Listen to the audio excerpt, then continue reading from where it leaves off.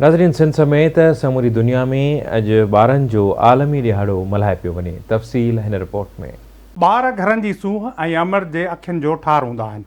ॿार घरनि जे अङण ते रांदियूं कुॾंदे, पंहिंजे वालदेन सां नाज़ ऐं नख़रा कंदे तोड़े बातियूं ॿोलियूं ॿोलींदे नज़र अचनि था। ॿारनि खां सवाइ अजा बेरोनक लॻनि था। संदनि ॿातियुनि ॻाल्हियुनि ऐं टहकनि खां सवाइ संसार मुरझायल लॻंदो आहे ऐं ज़िंदगी बेमाना हूंदी आहे। गुलनि जड़नि ॿारनि खे बहितर तालीम ॾियणु ऐं संदनि सुठी तरबियत करणु वालदेन ऐं संदनि उस्तादनि जी ज़िम्मेवारी आहे। पर समाज जे हर माण्हूअ खे पंहिंजे तोड़े ॿियनि जे ॿारनि जे लाइ सुठो सोचणु घुरिजे, छाकाणि त अॻिते हली उन्हनि ई ॿारनि खे मुल्क ऐं क़ौम जे भले लाइ कमु करिणो आहे। इल्मु इंसान जी टीं अखि आहे। इल्म खां सवाइ तरक़ी नामुमकिन आहे। इल्मु इंसान खे इंसानियत सेखारे थो ऐं इंसानियत जे आला गुणनि सां ई महज़ब समाज अॾजंदा आहिनि।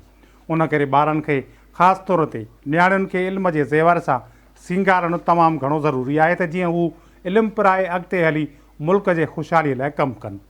केॾे न अफ़सोस जी ॻाल्हि आहे त सिंध समेत समूरे मुल्क में मासूम ॿारनि खे हवस जो निशानो बणाइणु ऐं खेनि क़त्लु करणु तोड़े तशदुद जो निशानो बणाइण जे वाक़िअनि में तेज़ीअ सां वाधि अची रही आहे, जंहिं करे ॿार पाण खे ग़ैर महफ़ूज़ सम्झनि था, जॾहिं त संदनि वालदेन बि ॿचड़नि जे ग़ैर महफ़ूज़ हुजण सबबि अज़ियत मां गुज़री रहिया आहिनि।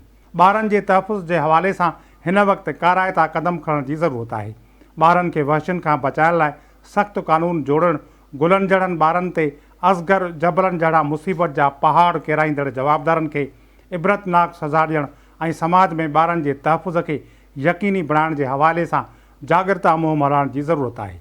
अॼु जॾहिं दुनिया ॿारनि जो आलमी ॾिहाड़ो मल्हाए रही आहे त असां सभिनी खे बि इहो वचन करणु घुरिजे त गुलनि जहिड़नि ॿारनि खे मुरकंदो ऐं बहकंदो ॾिसण लाइ पंहिंजे वसआर किरदारु अदा कंदा रहंदासीं ऐं खेनि इल्म जे ज़ेवर सां सींगारण लाइ जाखोड़ जारी रखंदासीं।